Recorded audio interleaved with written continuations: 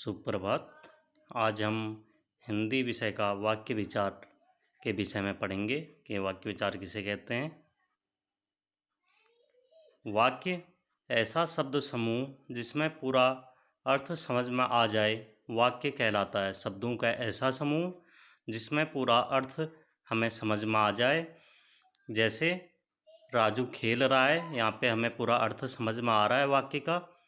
या मीना नाच रही है, इन दोनों में हमें पूरा अर्थ समझ में आ रहा है। वाक्य के भेद, उद्देश्य और विधेय, ये दो वाक्य के भेद हैं। उद्देश्य, वाक्य में जिसके विषय में कुछ कहा जाए उसे उद्देश्य कहते हैं। वाक्य में जिस विषय के बारे में हम कुछ कहते हैं उसे उसका उद्देश्य कहते हैं। जैसे पूनम किताब पढ़ रही है, सचिन दौड़ता है आदि। या पूनम किताब पढ़ती है, सचिन दौड़ता है, उसका उद्देश्य कहा जाता है इसमें, जिसके विषय में कहा जाए।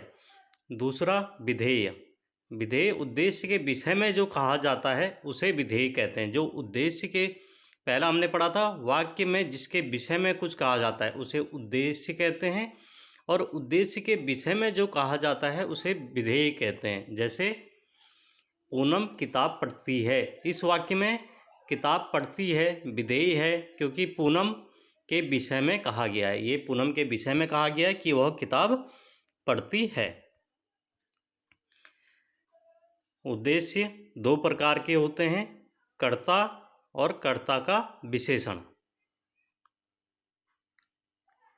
जैसे बकरी घास खाती है, उद्देश्य बकरी, और विधेय घास खाती है।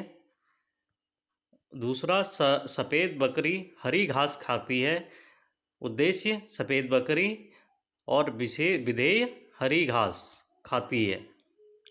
विधेय 6 प्रकार के होते हैं, क्रिया, क्रिया के विशेषण, कर्म, कर्म के विशेषण, पूरक, पूरक के विशेषण। यहाँ पे हमने अभी वाक्य देखे थे उनका भी देखेंगे। जैसे सफ़ेद कर्ता विशेषण, बकरी कर्ता उद्देश्य, हरी विशेषण कर्म, घास कर्म विधेय, खाती है क्रिया विधेय। रचना के आधार पर वाक्य के 3 भेद होते हैं, साधारण वाक्य, मिश्रित वाक्य और संयुक्त वाक्य। जो हमने रचना के आधार पर किया, हमने वाक्यों को 3 भागों में बांटा है, साधारण वाक्य, मिश्रित वाक्य और संयुक्त वाक्य।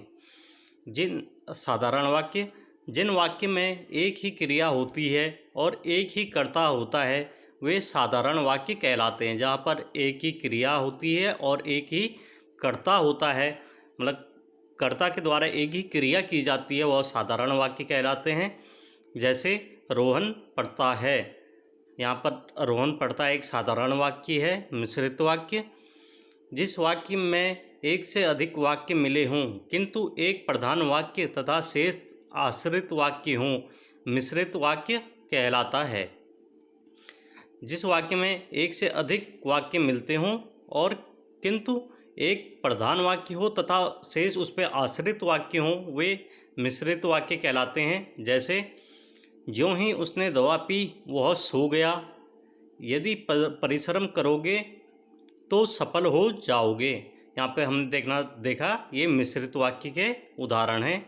तीसरा संयुक्त वाक्य, जिस वाक्य में 2 या 2 से अधिक वाक्य मिले हों परंतु सभी वाक्य प्रधान हो तो ऐसे वाक्य को संयुक्त वाक्य कहते हैं। जैसे वह सुबह गया और शाम को लौट आया।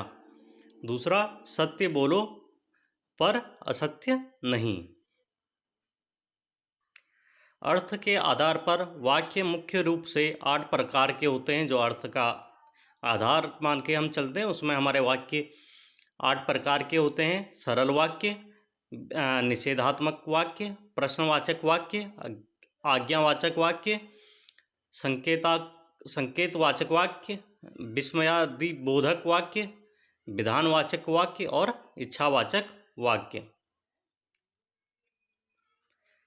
सरला ने निशा से प्रश्न की आज्ञा लेकर संकेत को विश्वास दिलाकर विधान से इच्छा बताई। सरल वाक्य, ऐसे वाक्य जिनमें कोई बात साधारण तरीके से बोली जाती है सरल वाक्य कहलाते हैं। जैसे सीता खाना बना रही है या भारत एक देश है। यहाँ पे हम देखेंगे जिन ऐसे वाक्य जिनमें कोई बात साधारण तरीके से बोली जाती है वो सरल वाक्य कहलाते हैं। दूसरा, निषेधवाचक वाक्य, जिन वाक्यों में कार्य के ना होने का भाव होता है उन्हें निषेधवाचक वाक्य कहते हैं। मैंने खाना नहीं खाया, मैंने पानी नहीं पिया आदि।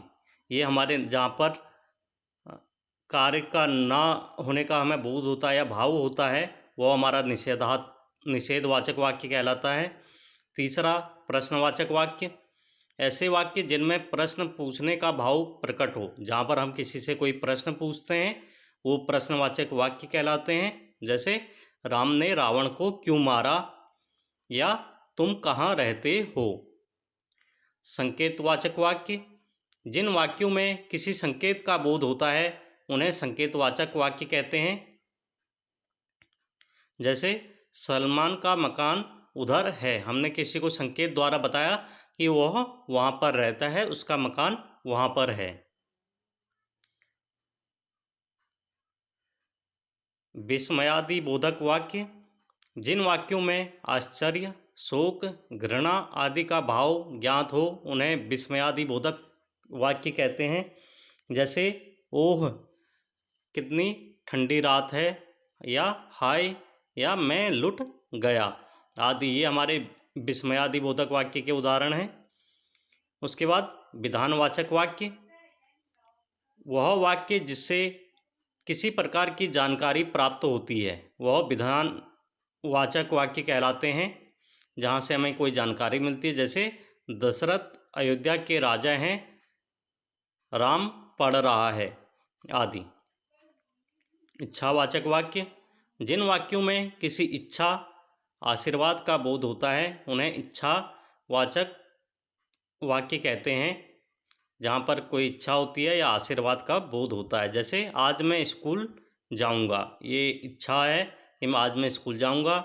मेरी दुआएं तुम्हारे साथ हैं, यह एक आशीर्वाद का बोध होता है हमें यहाँ पर कि मेरी दुआएं तुम्हारे साथ हैं। ये इच्छावाचक वाक्य हैं।